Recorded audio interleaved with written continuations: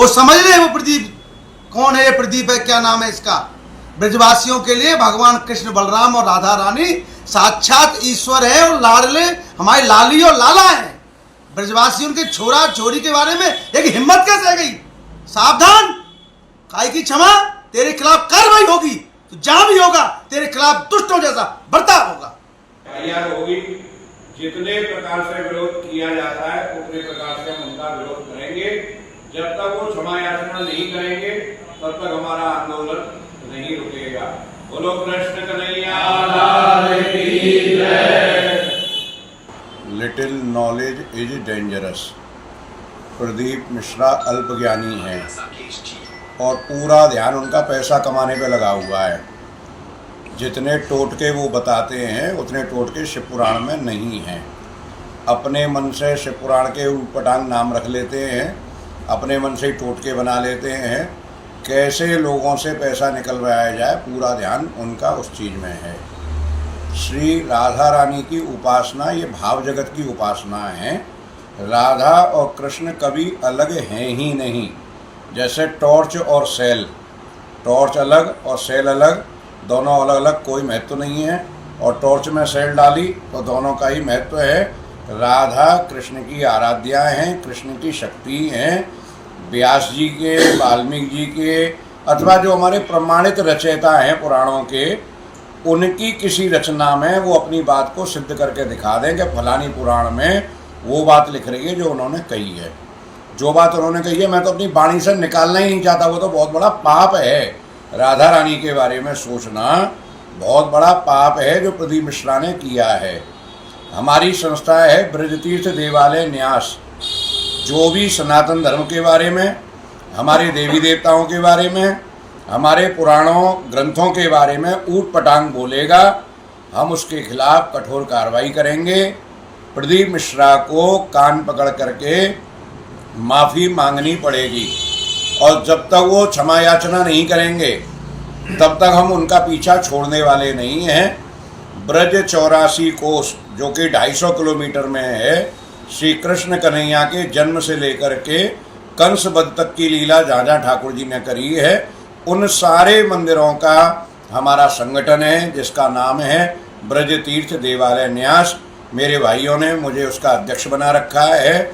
मैं सबकी तरफ से कह रहा हूँ कि हम बहुत जल्दी इस पर पूरे ब्रज 84 कोस में आंदोलन करेंगे।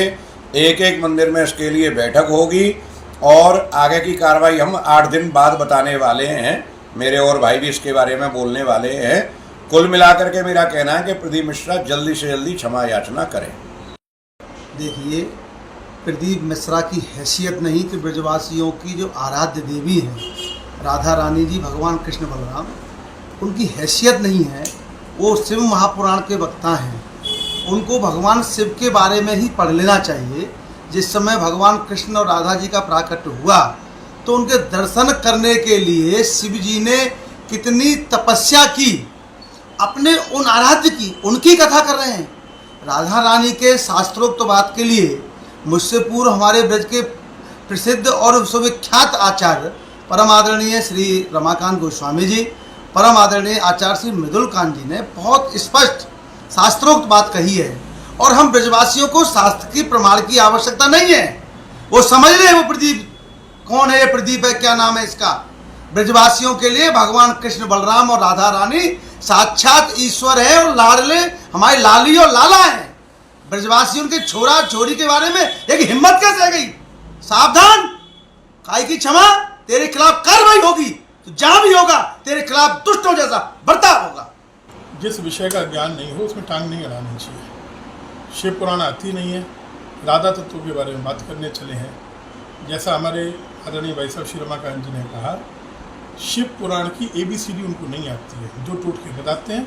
आप आश्चर्य करेंगे कि अपनी बात को सिद्ध करने के लिए पहले तो गलत बोला गया और धड़ल्ले से बोला। और सबसे गंदी बात अगर आपने उस वीडियो में देखी हो तो कह रहे जम के बोलो। ये जम के बोलो जो शब्द है ना, ये ब्रजवासियों के अपमान के लिए कहा गया था। जम के बोलो, बहुत गलत शब्द बोला गया।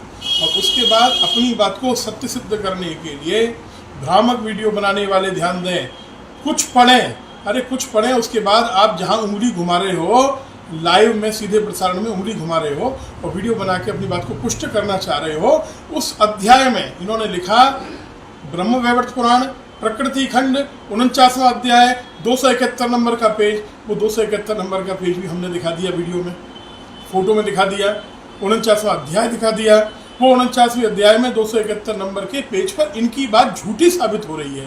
वहाँ स्पष्ट लिखा हुआ है कि छाया राधा, राधा नहीं, राधा रानी ने अपनी छाया स्वरूप को घर में स्थापित किया और उस छाया का विवाह रायण गोप के साथ हुआ, जिसे अयन घोष कह रहे हैं, ये ग्रामीण शब्द है, रायण शुद्ध नाम है। वो रायण के साथ विवाह क्यों हुआ? क्योंकि केदार राजा की कन्या वृंदा ने जब तपस्या की श्री कृष्ण को पति रूप में पाने के लिए, तो भगवान कृष्ण ने कहा कि मैं तो केवल श्री राधा का हूँ, श्री जी का हूँ, तो मेरा जो स्वरूप है, मेरा जो अंश अवतार है, उस रायण से आपका विवाह होगा और आप छाया राधा के रूप में प्रकट होंगी। जैसे सीता दो थी, सीता और वेदवती छाया सीता, ऐसे ही श्री राधा, वो तो दो नहीं थी, आपको बताऊं 6 राधा थी। और उनमें एक बहुत अच्छी बात आपको बता रहा हूँ, वसुदेव जी की बहन का नाम भी राधा था। वसुदेव जी की बहन का नाम राधा, जिनके पुत्रों ने लड़ाई की है महाभारत के युद्ध में। तो ये क्या कोई और राधा हो गई क्या? वसुदेव जी की बहन का विवाह कहीं होता है, वो भी राधा है, यहाँ छाया राधा है, ये श्री राधा, 6 राधा एक साथ थी ब्रज में। किस राधा की ये बात कर रहे हैं? तो छाया राधा का विवाह हुआ है। हमारे घर में हमारी माता के लिए कोई कह देता है, हम लोग उत्तेजित हो जाते हैं। प्रदीप मिश्रा जी जरा विचार करें, जगत जननी के लिए, जगत की माँ के लिए ऐसे शब्द कह रहे हैं, किसी और के साथ उनका विवाह संभव है क्या? जो आत्मा हो, उस आत्मा का विवाह किसी और के साथ संभव है? ठाकुर जी को छोड़कर श्री राधा किसी और के साथ विवाहित हो सकती है क्या? वो नित्य किशोरी है, नित्य सुहागिनी है, और उनका सुहाग तो श्याम सुंदर ही है। इसलिए उनको अविलंब क्षमा मांगनी चाहिए। और हमारे जो महामंत्री महोदय हैं आदरणीय श्री आर के पांडे जी, वो आपको आगे की कार्यवाही की सूचना दें।